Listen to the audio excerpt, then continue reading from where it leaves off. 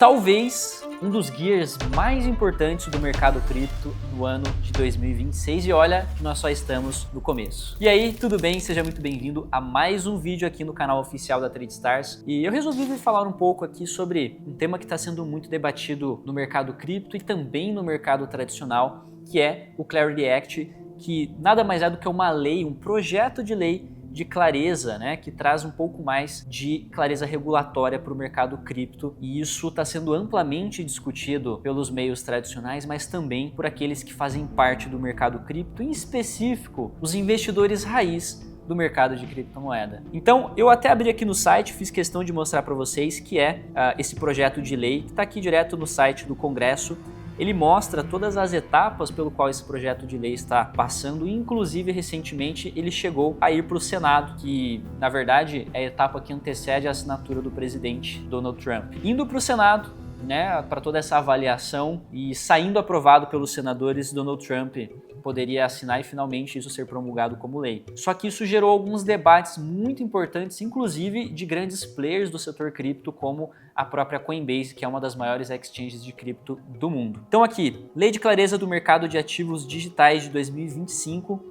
Na quinta-feira passada, referente à gravação desse vídeo, há menos de uma semana pelo qual passou ali pelo Senado, essa lei ela voltou para trás justamente pelas discussões que ela acabou gerando e trouxe alguns conflitos internos ao mercado cripto, tá? Sem dúvidas, uma regulação, um projeto de lei, ele é importante para um setor novo como o de criptomoedas, só que ele acaba atingindo alguns pontos que volta lá atrás ao dos princípios do Bitcoin e os princípios dos investidores mais raiz da criptomoeda. Vamos voltar aqui para baixo. Então nós temos aqui, de forma muito resumida, o que isso nos traz. A Lei de Clareza do Mercado de Criptomoedas de Ativos Digitais. O objetivo, fornecer um sistema de regulamentação da oferta e venda de commodities digitais pela Comissão de Valores Mobiliários, a SEC, e a Comissão de Negociação de Futuros de Commodities, a CFTC. Alterar a Lei da Reserva Federal, do Fed, para proibir os bancos da Reserva Federal de oferecer certos produtos ou serviços diretamente a um indivíduo e proibir também o uso de moeda digital do Banco Central para política monetária ou que seja para outros fins. Lembra lá no início como parte da promessa do governo Trump entre apoiar o mercado de criptomoedas e também proibir a criação de uma moeda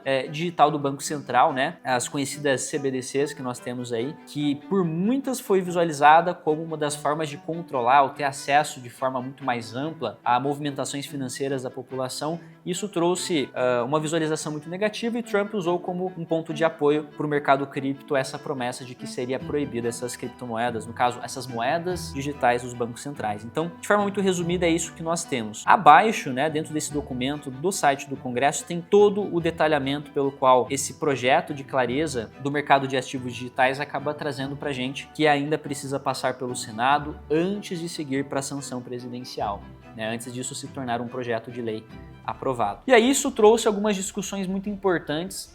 Até mesmo, né, o CEO da Coinbase se posicionou contra esse projeto de lei e principalmente os investidores raiz do mercado cripto também se posicionaram contra esse projeto. Entenda o seguinte, esse projeto de lei, né, de clareza do mercado de ativos digitais, ele traz alguns pontos relevantes no que diz ao conceito de regulamentação do mercado de criptomoedas e de ativos digitais. Primeiro, né, quem regula, né, quem é que vai ficar de olho nas instituições que fazem parte, os players que fazem parte desse mercado, como exchanges, né, as corretoras, os provedores de liquidez, entre outros players que façam parte e integrem o sistema das criptomoedas. Também, né, o que eles podem e não podem fazer, qual é o limite de atuação dessas empresas, e tudo isso ainda é algo muito nebuloso no mercado cripto. Então, é um dos pontos pelo qual a Lei de Clareza pode trazer uma visualização muito mais ampla para a gente do mercado cripto como algo realmente participante do meio tradicional. Então, é uma visualização positiva por esse ponto, só que por outro ponto, isso mostra a integração, a aproximação do mercado cripto ao meio tradicional e muitos até dizem que isso seria uma forma do governo, uma forma do Estado, de certa forma,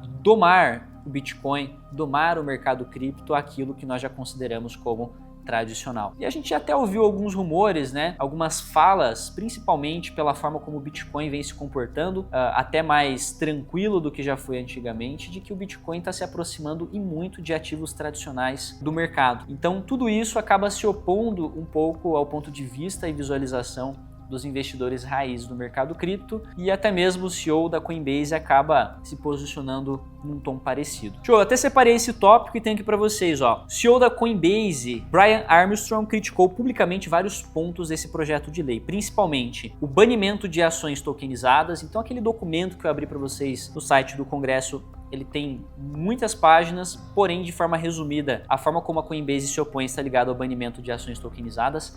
E vale lembrar que a Bolsa de Nova York tem um projeto ao longo desse ano de tokenizar ações e possibilitar a negociação dessas ações de forma 24/7, assim como é o mercado cripto.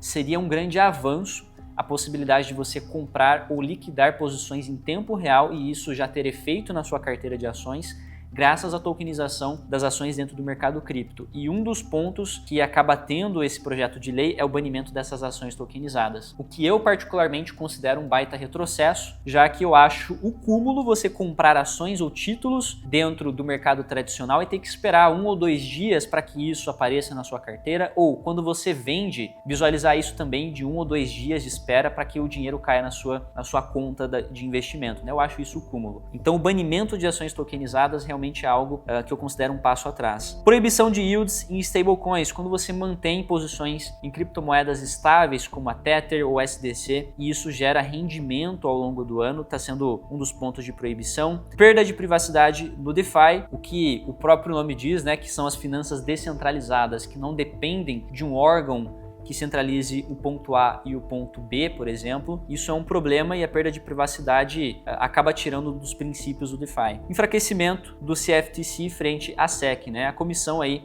responsável pelas commodities perdendo um pouco do ponto de controle e até mesmo atuação no mercado cripto frente à SEC. Inclusive, aqui ó, na visão da Coinbase, o Clarity Act pode sufocar a inovação e empurrar projetos para fora dos Estados Unidos, que inclusive é algo que se opõe inicialmente a que o Trump falou lá no começo, que é de apoiar totalmente ao mercado cripto, tornar os Estados Unidos a capital da inovação do mercado cripto frente ao mundo, né? Não deixar que isso acabe indo para o outro lado, até mesmo para o lado da China, que até o momento ainda se opõe bastante e fortemente ao setor cripto, beleza? Então são alguns pontos relevantes e quando a gente está falando sobre os investidores raízes do mercado cripto, aqueles que começaram lá atrás com o princípio do Bitcoin, da independência e da descentralização, esse projeto acaba não sendo muito interessante. É a aproximação do institucional, talvez, a algo mais regulado, sim, o que é bom para a entrada de fluxo de capital no mercado cripto, mas ao mesmo tempo a perda de alguns princípios importantes. E aqui eu trago alguns dos principais contrapontos que investidores do mercado cripto acabaram trazendo e que se opõem exatamente a esse projeto de lei, e é o fato da descentralização ser um dos pontos principais em que o Bitcoin surgiu lá no ano de 2008 e acaba trazendo de forma contrária essa lei de clareza, o não uso de intermediários,